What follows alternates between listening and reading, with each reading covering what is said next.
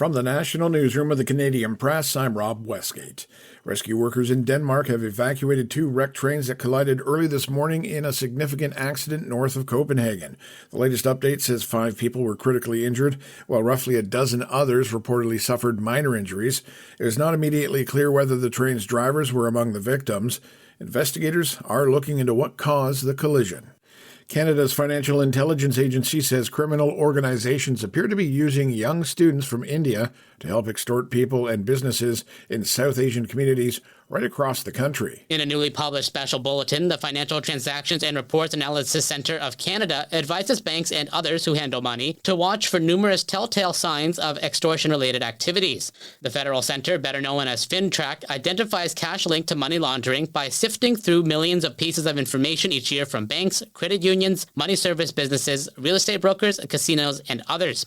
The centre discloses the intelligence it collects to law enforcement and security partners, including the Canadian Security Intelligence Service, the RCMP, and other police forces.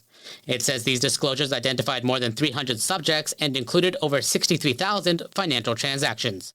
David Augustine, the Canadian Press. Out east now, where the Nova Scotia government says the number of residents without a family doctor continues to decline.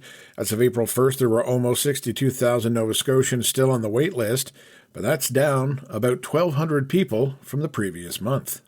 Quebec's newly minted premier is facing what many call a glass cliff. That's a concept that sees a woman assume a leadership role despite facing a high likelihood of failure. Christine Frechette has taken up the reins of a deeply unpopular party, the Coalition Avenir Quebec, with less than 6 months to go before a provincial election.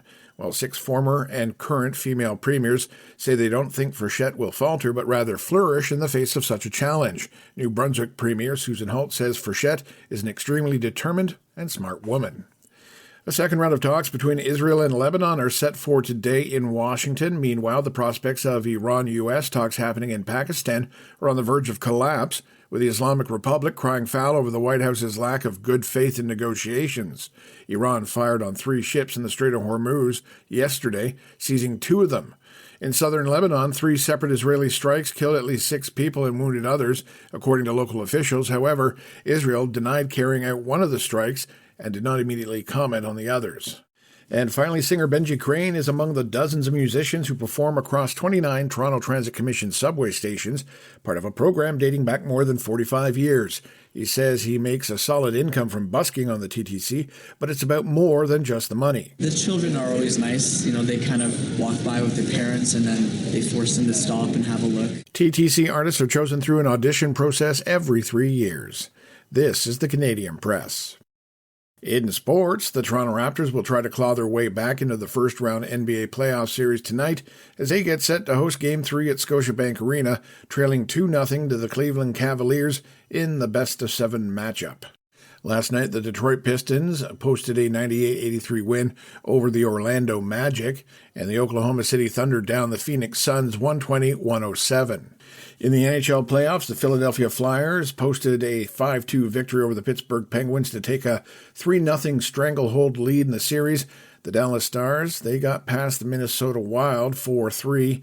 It took 2 overtime periods, however. And Anaheim beat Edmonton 6-4 with that series tied at 1 game apiece. In the MLS, Toronto FC managed a 3-3 draw with the Philadelphia Union. And finally, in the MLB, that's where you'll find the Los Angeles Angels beat the Toronto Blue Jays by a final score of 7-3. From the Canadian Press, I'm Rob Westgate. Thanks for listening. Don't forget to follow and subscribe. For more of today's top stories, visit thecanadianpressnews.ca.